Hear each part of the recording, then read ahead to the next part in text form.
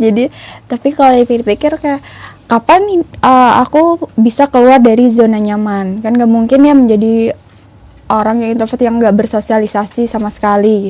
Nggak harus yang dapat nilai bagus, nilai tinggi, nggak, asalkan kita bisa bertanggung jawab apa yang sudah kita pilih dari awal. Milih buat berorganisasi, memilih untuk aktif di akademik juga. Ya dunia harus berjalan. Pasti ada satu waktu di mana aku ngerasa aku capek banget. Boleh istirahat, silakan take a break. Habis itu harus tetap jalan lagi ke depan. Dan sekolah ke jenjang yang lebih tinggi itu sebenarnya adalah privilege. Karena tidak semua orang tua memberikan izin itu ke kita gitu. Ketika sudah menikah nantinya, yang mereka pegang pada akhirnya hanyalah pendidikan dan pekerjaannya. Betul. Dan nggak semua bisa handle organisasi jalan, akademik jalan, nggak. Pasti ada ininya masing-masing. Tapi kalau mau mulai mencoba silahkan, jangan pernah takut. Asalkan goals utamanya sudah terpenuhi, kemudian lanjut. Karena aku dulu kayak gitu.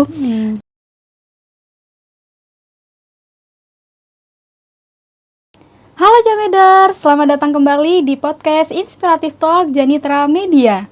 Ruang cerita yang menghadirkan sosok-sosok inspiratif untuk Jameders semua, terutama untuk mahasiswa yang sedang berjuang di bidang akademik maupun organisasi. Jadi, itu adalah topik pada podcast hari ini. Jadi coba nih bayangin nih Jameders. Kuliah aja nih ya, padat dengan tugas dan deadline, apalagi dengan organisasi yang menyita waktu dan juga tenaga. Nah, gimana kalau seseorang ini bisa menaklukkan keduanya sekaligus, aktif di organisasi, kemudian berprestasi di akademik, dan juga bisa mendapatkan beasiswa untuk melanjutkan S2. Keren banget ya. Nah, jadi pada podcast hari ini kita kedatangan tamu yang sangat luar biasa, dan ini juga merupakan alumni dari mahasiswi Universitas Wiraraja. Langsung saja kita sambut Mbak Melin. Gimana audiensnya? Siapa? Jameders. Oh, halo Jameders. Iya, gimana kabarnya Mbak Melin? Alhamdulillah baik. Kalau boleh tahu Mbak Melin asli orang Sumenep kan ya? Asli Bagian Sumenep. mana Mbak Melin? Di Saronggi. Oh, Saronggi. Oke. Sekarang kesibukannya apa nih? Sekarang lagi menyelesaikan tugas akhir tesis di tesis. S2 ini. Oke, tadi aku juga sempat ya bahwasanya Mbak Melin ini aktif di organisasi waktu kuliahnya di Universitas Wiraraja ya. Betul. Kalau boleh tahu waktu di Unija ini aktif di organisasi apa aja Mbak Melin?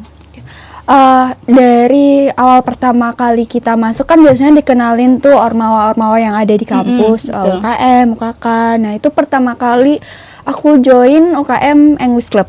Pertama kali join organisasi di Unija itu English Club di tahun 2017.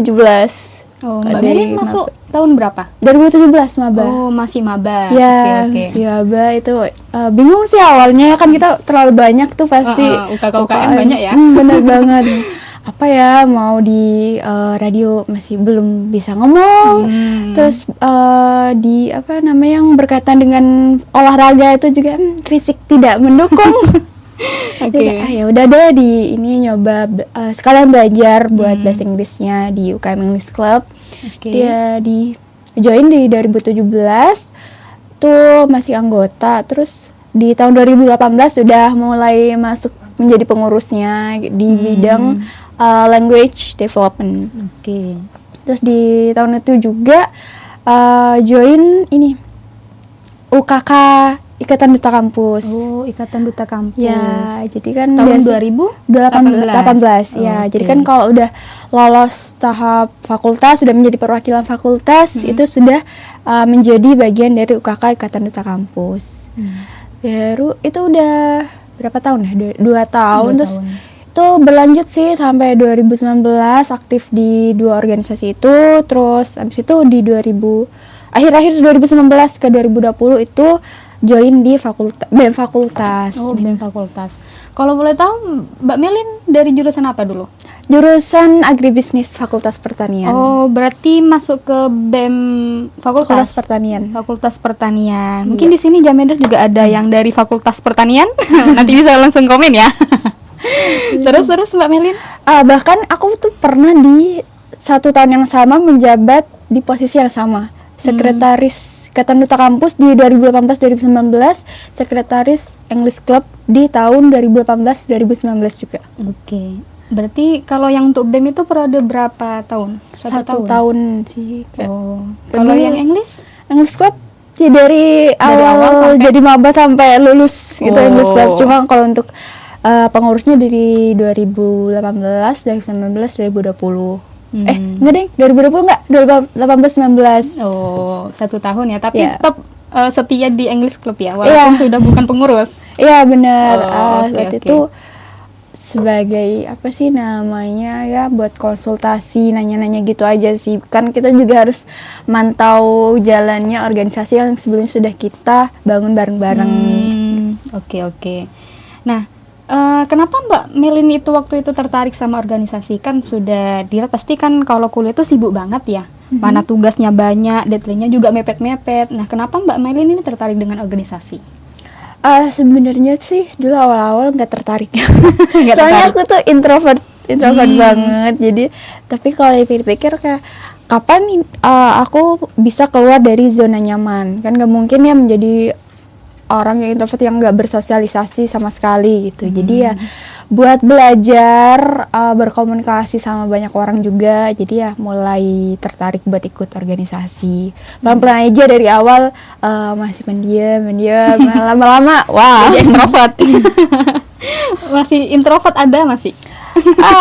Masih sih. Tapi kalau disuruh ngomong di depan banyak orang udah berani. Aman ya? Aman. Sudah ada perkembangan dari organisasi. Betul ya? banget. Iya. Jadi di organisasi benar-benar ngajarin gimana kita berkomunikasi sama banyak orang, caranya kerjasama juga, dan kepemimpinan. Ya betul sekali sih. Karena apa ya, ilmu-ilmu di organisasi itu tidak didapat di ruang kelas ya Mbak. Betul sekali. Dan gimana caranya Mbak itu membagi waktu antara kuliah kemudian juga organisasi? Kan kuliah itu kewajiban ya Mbak. Organisasi ini nomor 2 anggapannya. Gimana tuh caranya Mbak Melin membagi waktu lah? Sebenarnya gini sih, kuliah atau akademik itu yang utama bagi kita. Ya. Organisasi itu adalah pendamping selama kita di kuliah. Jadi biar nggak fokus di akademik aja, tapi ternyata skill sosialnya kita kurang gitu. Tinggal dilihat aja sih prioritas atau apa yang dibutuhkan saat itu. Misal dulu ketika jadi pengurus di DK, ada pemilihan duta kampus di tahun selanjutnya kan. Di tahun itu pasti barengan sama di kelas juga harus masuk kelas gitu kan, ada presentasi dan semacamnya. Jadi dilihat dulu di hari itu kita ada presentasi apa enggak. Kalau misal nggak ada presentasi, dari pihak kampus pun itu juga mendukung keaktifan kita untuk berorganisasikan. Jadi itu bisa dimintakan surat dispensasi karena pemilihan duta benar-benar harus dipantau secara baik-baik sama para pengurusnya dan panitia lainnya gitu. Jadi bisalah dispen dulu untuk beberapa mata kuliah. Tapi kalau misal ada ujian, ada presentasi, jangan sampai ditinggalin. Kita harus tahu apa itu prioritasnya. Iya betul.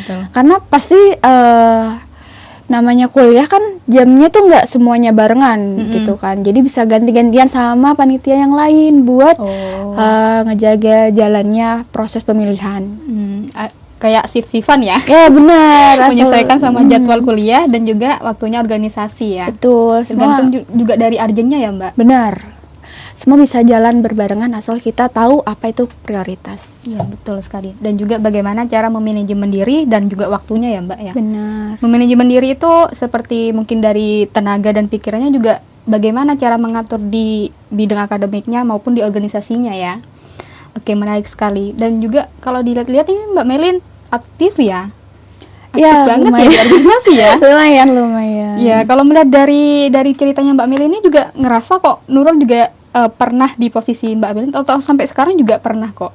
Banyak ngalamin membagi waktu antara organisasi dengan kuliah. Kan juga Nurul ikut organisasi nih, juga kuliah juga. Apalagi sekarang udah semester akhir. Ya, ini sangat berat sekali tentunya buat Nurul tuh, Mbak. Untuk membagi waktu antara bagaimana kuliah ini tetap lancar, organisasi juga lancar gitu kan. Nah, kalau menurut Mbak Melin gimana caranya biar seimbang gitu, Wak? Apalagi buat Nurul nih yang udah semester akhir mungkin ya, juga Jameders yang semester akhir juga bagaimana tipsnya untuk membagi waktunya dengan organisasi gitu? Oke. Tentunya dalam organisasi itu ada yang namanya kaderisasi, ada penerusnya. Nggak selamanya harus kita handle di organisasi itu. Misal nih, kalau masih anggota lainnya itu bisa nge-backup kita. Pokoknya harus saling nge-backup di organisasi itu. Nggak mungkin namanya Jalan mahasiswa sendiri, ya, iya jalan-jalan sendiri, terus ketika kita ada kelas atau mungkin ada bimbingan, ada penelitian di lab gitu kan, nggak ada yang nge-backup di belakang, itu benar-benar nggak mungkin. Udah pasti ada. Susah itu nantinya tuh, Mbak. Iya benar, harus saling nge-backup satu sama lain. Seperti yang aku bilang tadi, prioritas. Kita harus tahu prioritasnya. Pokoknya jangan sampai ditinggal salah satunya, jangan sampai. Kadang ada orang yang mikir, ngapain di kelas, mending organisasi aja, aku dapat koneksi, dapat semacam, jangan gitu. Kan kuliahnya bayar ya. Iya, eman banget ya kalau tidak dimanfaatkan itu kuliah ya. Benar sekali. Nggak harus yang dapat nilai bagus, nilai tinggi, nggak. Asalkan kita bisa bertanggung jawab apa yang sudah kita pilih dari awal. Milih buat kuliah berarti ya juga harus berjalan lancar gitu, jangan sampai ditinggalin kuliahnya. Oke. Tadi juga Mbak Melin cerita bahwasanya Mbak Melin dulu introvert, kemudian ikut organisasi-organisasi, udah berani nih bersosial, jadi ekstrovert lah artinya. Gimana cara membangun mindset biar juga keluar dari zona nyaman, biar Jameders ini juga ikut organisasi yang awalnya introvert bisa ekstrovert gitu? Gimana caranya? Sebenarnya itu terkait chemistry sama anggota-anggota organisasinya sih. Kalau orang-orang di organisasi itu bikin kita nyaman, pasti kita bisa mengimbangi mereka. Ngikutin alurnya buat semakin show off. Inilah aku juga bisa sama kayak kalian. Aku juga bisa bersosialisasi di depan banyak orang. Apalagi kalau di duta kampus tuh kita bener-bener dituntut, di push buat kamu harus ngomong di depan banyak orang. Apalagi kalau ke ini sekolah-sekolah, promosi kampus gitu kan, ya harus di depan siswa, satu kelas itu berapa, 20-30 orang, atau bahkan mungkin ketika di atas panggung itu banyak yang nonton, mau nggak mau ya Harus berani. harus berani. Itu sudah wajib. Apa yang kita pilih harus kita pertanggungjawabkan. Betul, harus berani berbicara, karena nantinya juga kita sebagai anggap remaja ya, nantinya juga kita menjadi masyarakat, dan tentu ini bersosial dengan masyarakat sekitar. Jadi mulai dini ini bisa diceritakan nih, bisa belajar untuk bersosial seperti itu. Dan sebenarnya kalau jadi introvert nggak enak ya, Mbak? Enak, karena ketika full satu hari kegiatan bersosial sama banyak orang, nyampe rumah udah energinya udah habis. Udah maunya tidur aja gitu, nggak mau ngapa-ngapain lagi. Sama, betul sekali. Kadang seorang introvert tuh banyak energinya kalau ketemu sama orang, tapi kalau udah nyampe ke rumahnya tuh capek banget ya. Kayak energi kita udah terkuras banyak gitu ya. Betul banget. Capek banget jadi introvert. Mending apa? Nggak ada yang mending-mendingnya ya. Karena ya namanya manusia kan, ada kurang dan lebihnya juga. Betul. Oke, mengingat dari ini flashback lagi nih, Mbak. Mbak pasti yang jadi mahasiswa aktif di Unija. Apa momen yang berkesan menurut Mbak Melin selama menjadi mahasiswa aktif di sini? Sebenarnya banyak sih. Mungkin aku ngambil 3 teratas aja. Boleh. Yang pertama itu aku pernah ikut lomba dalam satu hari itu ada dua lomba? Iya, di kampus sih, masih tingkat kampus, belum nggak di luar. Itu final debat bahasa Inggris di pagi sampai siangnya, terus kayak dari siang ke sore itu sekitar jam 1 jam 2-an itu aku ikut pemilihan ini, wawancara duta kampus. Itu benar-benar wah, gedebuk-gedebuk. Mana persiapan sebelumnya juga ya? Iya benar, dan itu tuh wawancara sekaligus menampilkan bakat. Situ aku mau bakat apa ini, agak nggak bisa fokus sebenarnya mempersiapkan debat bahasa Inggris juga. Ini bakat apa ya? Akhirnya ketika di ini face to face sama para pewawancaranya, para juri yang menilai, aku ditanyain, bakat kamu apa? berdebat berdebat bahasa Inggris ya. Terus jadinya tuh debat itu bukan bakat, debat itu bakat, malah kita jadinya berdebat deh. Berdebat sama itu jurinya ya. Iya bener banget. Tapi ya ini sih kayak kita bisa kok melakukan hal itu, ternyata bisa dilakukan dalam 1 hari asalkan kita percaya aja sama kemampuan kita gitu. Merasa kewalahan nggak? Benar, kewalahan banget. Waktu kewalahan itu merasa ingin menyerah, udah deh aku nggak mau. Mungkin di waktu yang 2 lomba itu antara mau pilih salah satu atau dua-duanya, atau ingin menyerah dua-duanya gitu. Sebenarnya nggak bisa, udah ambil tanggung jawab dari fakultas kan, awalnya tuh dipaksa, ayo ikut ini mbak, ikut ini. Gimana ya, nggak bisa nolak juga karena kan nggak enak. Nggak enak. Nggak enak ya, gimana ya, udah diambil lah itu tanggung jawabnya. Aku jalanin aja ya udah, tapi nggak nyangka juga bisa lolos. Terus untuk yang kedua mungkin teman-teman ya, teman-teman kelas yang menurut aku sangat suportif gitu. Kalau ada, bukan cuma aku aja, mungkin ada teman-teman yang lain ketika ikut lomba di kampus kita tuh sama-sama ngedukung gitu, nge-support. Terus yang ketiga ini sih, support dari para dosen-dosen. Mereka support banget ketika aku tuh waktu itu ikut pemilihan mahasiswa berprestasi. Itu benar-benar entah dukungan secara moral itu benar-benar ngebantu aku banget.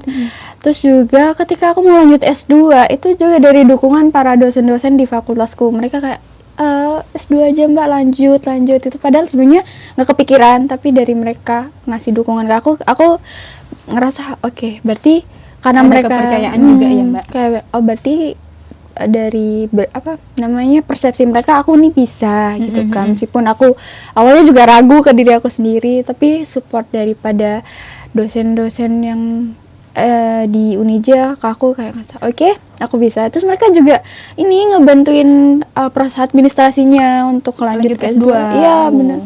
Di beasiswanya sih, di beasiswa LPDP itu. Karena kita juga butuh beberapa rekomendasi dari para tenaga pendidik di kampus kita gitu. Jadi mau waktu itu minta ke Pak Rektor, minta ke dekan sama Kaprodi. Dan benar-benar dibantu, jadi terima kasih Unija. Alhamdulillah sudah sampai ke S2 dengan bantuan-bantuan di dosen Unija. Benar, jadi berkesan banget lah. Iya, berkesan banget. Mulai dari ceritanya juga berkesan kok di hati Nurul ini. Jadi perlu keterpaksaan ya, dari yang namanya introvert mau ke extrovert itu harus dipaksa. Karena kalau tidak dipaksa kita stuck aja di sini dan nggak jadi apa-apa. Malahan nggak ada manfaatnya kalau misal tetap di zona nyaman. Karena kalau kita diam seperti ini, banyak orang yang berlari untuk ke masa depannya. Sedangkan kita masih di sini gitu loh. Kapan kita mau menyampai ke sana gitu kan? Jadi keluarlah dari zona nyaman. Oke, tadi juga mau nanya nih Mbak Melin, strategi paling ampuh nih kalau menurut Mbak Melin ya, untuk tetap fokus di akademik tapi juga tetap anggapannya aktif di organisasi juga gimana? Sebenarnya jujur ya, nggak ada strategi khusus, kayak ya udah mengalir aja, jalanin aja dulu. Jalanin aja dulu. Intinya apa yang kamu pilih itu tanggung jawab, Bung. Aku memilih buat berorganisasi, memilih untuk aktif di akademik juga. Ya dulunya harus berjalan. Pasti ada satu waktu di mana aku ngerasa aku capek banget. Boleh istirahat, silakan take a break. Habis itu harus tetap jalan lagi ke depan. Jangan sampai menolak untuk ambil nafas. Kita harus ada waktu untuk istirahat kok gitu. Enggak, kalau kan ada ya orang yang ambis bener-bener mendorong dirinya mati-matian gitu, berlari terus-terusan. Tapi itu juga kesehatan mental kita juga harus diperhatikan. Betul sekali. Jadi harus ada istirahatnya ya Mbak ya. Nah, pelan tapi pasti. Betul. Intinya harus berjalan semuanya secara lancar. Tapi jangan lupa juga memberi diri kita istirahat. Betul. Jangan pantang menyerah dan juga tetap jaga kesehatan dan melihat diri kita, kemampuan kita sebenarnya bisa kok. Kita sudah ada di posisi ini. Sebenarnya kalau misal kita bilang tidak mungkin, apa yang tidak mungkin dunia ini? Pasti mungkin semua kok. Yang penting kita tetap berusaha dan jangan lupa untuk istirahat juga. Jadi kalau misal sudah ada di tengah jalan, bisa minum dulu, kemudian lanjut lagi jalannya sampai ke ujung tujuan Jamedar semuanya. Nah, dari pengalaman organisasinya Mbak Melin nih selama di Unija, apa yang membuat Mbak Melin ini yang membantulah di organisasi yang membantu Mbak Melin untuk lanjut ke S2? Mungkin dari skillnya organisasi yang didapat sehingga bisa dilanjutkan ke S2 misal gitu. Sebenarnya untuk mendapatkan beasiswa ya di LPDP ini, kita diwajibkan membuat esai. Di esai itu ada tentang diri kita, menceritakan tentang diri kita, kontribusi kita terhadap negara itu apa, kontribusi yang sedang dilakukan, telah dilakukan, dan akan dilakukan. Dari situ aku memasukkan pengalaman-pengalamanku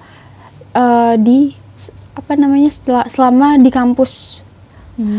Dari mulai organisasi, pengabdian masyarakatnya itu aku ceritakan semua. Semakin banyak pengalaman berorganisasi itu semakin baik. Itu membuktikan bahwa diri kita selama berkuliah D1 itu aktif, nggak cuma dari segi akademik.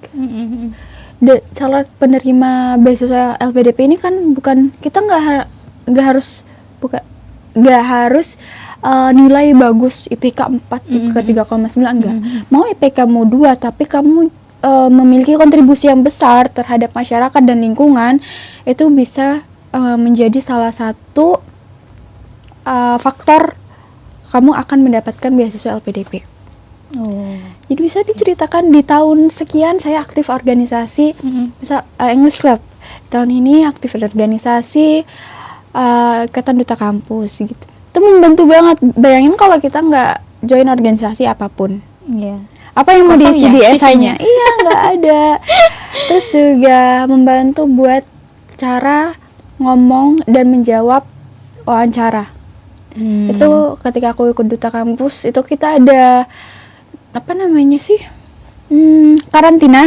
Karantina itu ada beberapa ahli yang mengisi di jam-jam tertentu. Terus kita juga ada pelatihan public speaking dan gimana caranya ngomong di depan banyak orang. Terus dan juga kan pasti pertanyaan-pertanyaan yang muncul ketika wawancara beasiswa itu di luar ekspektasi kita. Jadi di Duta Kampus sudah dilatih buat dapat pertanyaan yang mendadak-mendadak ya. Dilatih berpikir cepat. Terus juga di English Club aku belajar banyak skill bahasa Inggris, melatih bahasa Inggris juga. Di situ ngebantu banget ketika aku mau ambil tes TOEFL. Kan salah satu syarat waktu itu ada tes TOEFL ya. Terus juga untuk S2 kita tuh juga diwajibkan untuk melampirkan sertifikat TOEFL. Jadi udah tinggal ikut tes ya, alhamdulillah nilainya sesuai dengan yang aku mau. Udah alhamdulillahnya lolos. Jadi banyak banget ngasih dampak positif ke aku dari join organisasi-organisasi di kampus. Keren banget. Ya, dulu juga sempat pengen gabung di English Club karena kayaknya bahasa Inggris ini bukan harus ya, kayak bahasa internasional gitu ya, yang memang digunakan bahasa Inggris itu. Jadi kayaknya kalau buat Jameders yang mau lanjut ke S2 bisa mulai dari sekarang kita belajar bahasa Inggris. Karena juga dibutuhkan ya Mbak ya? Benar. Malah dari aku ikut English Club ini, dosen-dosen di fakultas tuh tahu ini ada yang bisa bahasa Inggris gitu. Habis itu diikutkan seleksi ini debat di kampus. Habis itu juga akhirnya kepilih buat jadi perwakilan Unija di Musabaqah Tilawatil Quran debat bahasa Inggris. Di situ karena kayak kalau sekarang bahasanya tuh branding. Kalau dulu belum ada brandingan begini ya, mungkin kalau sekarang tuh bahasanya ya branding diri kayak orang ini si A bisa nih ngomong bahasa Inggris di depan banyak orang gitu. Terus juga ini sih ngebantu banget ketika pemilihan mahasiswa berprestasi. Oh, itu Skill sih. lingkup apa? Unija. Lingkup langsung? Unija gitu. Kayaknya salah satu bekal aku bisa lolos itu adalah bahasa Inggris. Kalau sekarang bahasa Inggris bener-bener hal yang kita butuhkan. Iya, betul. Harus bisa setidaknya daily conversation. Basic-basic Oke, aja dulu yang gitu. basic-basic aja dulu, pelan-pelan dulu, nanti bisa satu tingkat lagi, belajar lagi, dan nanti bisa lebih lancar nih bahasa Inggrisnya ya. Kayak domino effect, satu yang kita dorong semuanya akan ngikut. Iya, betul. Padahal aku cuma ngambil satu UKM English Club, ternyata bisa ngasih banyak dampak positif ke aku. Iya, betul sekali, keren banget ya Mbak ya. Dan mungkin bisa sedikit cerita nih Mbak, ceritanya Mbak Melin dari selesai kuliah S1 di Unija, kemudian lanjut ke S2, itu gimana ceritanya? Aku lulus di tahun 2021. Itu habis itu lanjut aku lanjut kerja, sempat kerja 1 tahun dulu sambil nunggu buat dapet beasiswa ini. Jadi nggak langsung lulus langsung S2 gitu ya? Iya, nggak. Sebenarnya ini sih nggak kepikiran buat S2 waktu itu. Terus ada temen aku nanya, gimana mau lanjut S2 nggak? Boleh lah, soalnya aku juga bingung abis ini mau ngapain, mau kerja juga ya belum dapet, masih nyari-nyari. Ya udah persiapan aja. Kita ini sih nyari-nyari info gitu-gitu. Terus alhamdulillahnya aku dapat kerja dulu gitu. Jadi selagi kerja juga sambil nyiapin buat dapat beasiswa. Pernah bahkan aku ini di tahap tes wawancara, bukan tes wawancara, tes potensi akademik untuk di LPDP ini. Waktu itu aku dilakuin waktu kerja. Setelah kerja ikut tes. Nyiapin ya sambil kerja. Benar. Terus gimana Mbak Melin lanjut? Ya habis itu di tahun 2022 ini yang aku mulai submit pertama kali LPDP, dibantu juga sama salah satu dosen di Unija ya, Pak Rizal. Oh, Pak Rizal. Harus mention nih, honorable mention. Dibantu buat bikin esai, terus ngisi beberapa formulir juga, sama dibantu wawancara gimana. Kan soalnya Pak Rizal salah satu award di LPDP juga. Jadi ada pengalaman gitu. Terus juga ada kakak tingkat yang ini dapat LPDP juga. Aku belajar dari mereka. Pokoknya harus banyak nyari informasi, jangan diem aja. Dari situ kita belajar, mengikuti beberapa tahapan, lolos di administrasi, terus tes potensi akademik, terus yang terakhir itu wawancara. Ya alhamdulillahnya lolos di tahun 2022 bulan November itu. Tapi aku belum dapat kampus, belum daftar kampusnya. Masih lulus. Iya, lulus gitu beasiswanya dulu kan. Ya ini masih lanjut kerja aja dulu. Saya nganggur nih kalau tiba-tiba resign kan. Ya terus ya daftar ke IPB beberapa syaratnya, salah satu waktu itu harus bikin proposal penelitian. Padahal kita masih mau daftar ya, tapi udah harus menyiapkan proposal penelitian. Iya. Itu juga capek banget ini, harus nyiapin ininya sambil kerja juga kan. Waktu itu masih kerja? Masih kerja karena ya belum dapat positif keterima di kampus A tujuanku gitu. Jadi ya udah sambil kerja nyiapin itu juga. Ya alhamdulillahnya keterima masuk di 2023 ganjil. Itu di Agustus kalau nggak salah. 2022 ya? Benar. Pokoknya kalau mau ngambil S2, saran aku setidaknya kita harus ada pengalaman kerja dulu. Biar nggak kaget nanti kalau langsung lanjut dari langsung lanjut S2, bakal kaget terhadap dunia kerja. Oke. Dan juga salah satu hal yang bagus untuk dituliskan di esai beasiswa LPDP itu adalah pengalaman kerja. Oh, pengalaman kerja itu juga dibutuhkan ya? Benar. Berarti sebelum melanjutkan S2 atau mungkin pas di studi S1 mungkin sambil kerja mungkin nggak apa-apa ya? Bisa kalau ada pengalaman internship, kan sekarang banyak banget tuh program kampus merdeka ya Iya, namanya ya, itu kita bisa internship dimanapun, di DPR atau di kementerian, itu bisa Membantu juga ya Mbak ya? ngebantu juga. Cuma karena di tahunku dulu itu belum ada programnya, jadi nggak ada magang sama sekali. Itu magang mandiri berarti Mbaknya? Enggak, aku Maksudnya udah lulus ya? udah Iya, lulus, bener. udah lulus kerja. Oh, berarti cari kerja sendiri langsung ya Mbak ya? Ya, Oke. Kalau boleh tahu Mbak jurusan apa di S2-nya? Science Agribisnis. Kalau Satu di jalur sama ya agribisnis? linear, karena rencanaku kan ya kedepannya rencananya mau jadi dosen ya, tapi kita belum tahu ya ini bakal tetap jadi dosen atau gimana. Jadi untuk jaga-jaga memang ambil yang jurusan yang linear, sama-sama agribisnis. Cuma bedanya fakultasnya aja. Di sini kan agribisnis fakultas pertanian, kalau di kampus S2 aku itu fakultas ekonomi. Oh, Tapi jurusannya tetap sama. bedanya apa Mbak? Bedanya di ini sih mungkin mata kuliahnya lebih fokus ke kebijakan kebijakan ekonomi, terus hitung-hitungan lebih banyak. Dia satu juga dapat kok ekonometrika, terus beberapa yang terkait dengan pertanian juga itu ada. Cuma aku ngerasanya lebih banyak hal-hal yang berkaitan dengan ekonomi pertanian di S2 ini. Mungkin ya karena juga beda jenjang ya.